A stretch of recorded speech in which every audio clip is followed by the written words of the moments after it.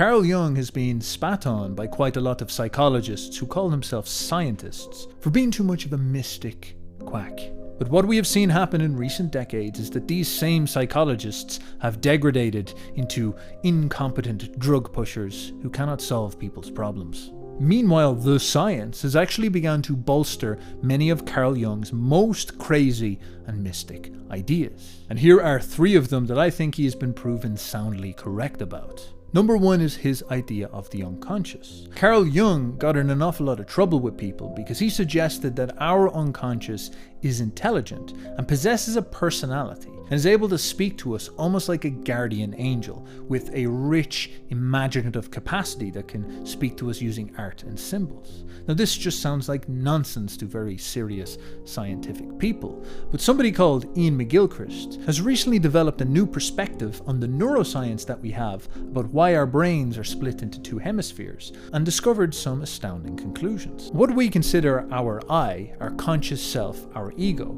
This is the part of us that is able to use language. This is the part of me that is speaking to you right now. This part of us seems to exist on only one side of our brain. There is an entire other dude or dudette in there, living in the other side of your brain, your other hemisphere. And this hemisphere does not have the capacity to speak. It is not part of your commonly understood normal consciousness. It in fact lives outside of it. Various studies have proven this. And it speaks to us using intuitions, symbols, and even a large part of our imagination.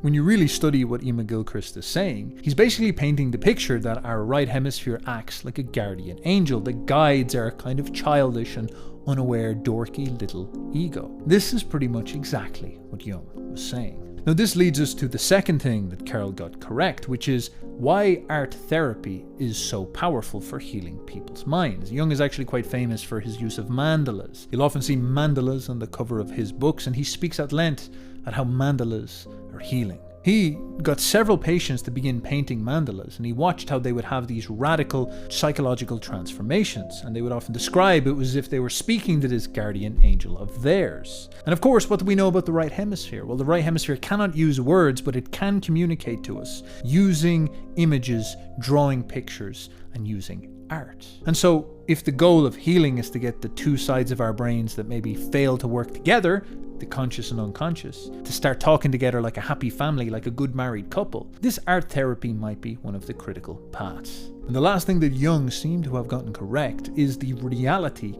of our connection to our ancestors through epigenetics, which he called the collective unconscious. There are several animal studies at this point that are suggesting that animals can somehow pass on learned information, not via teaching, but via genetics. And this should make you wonder what could be speaking to us through our imagination.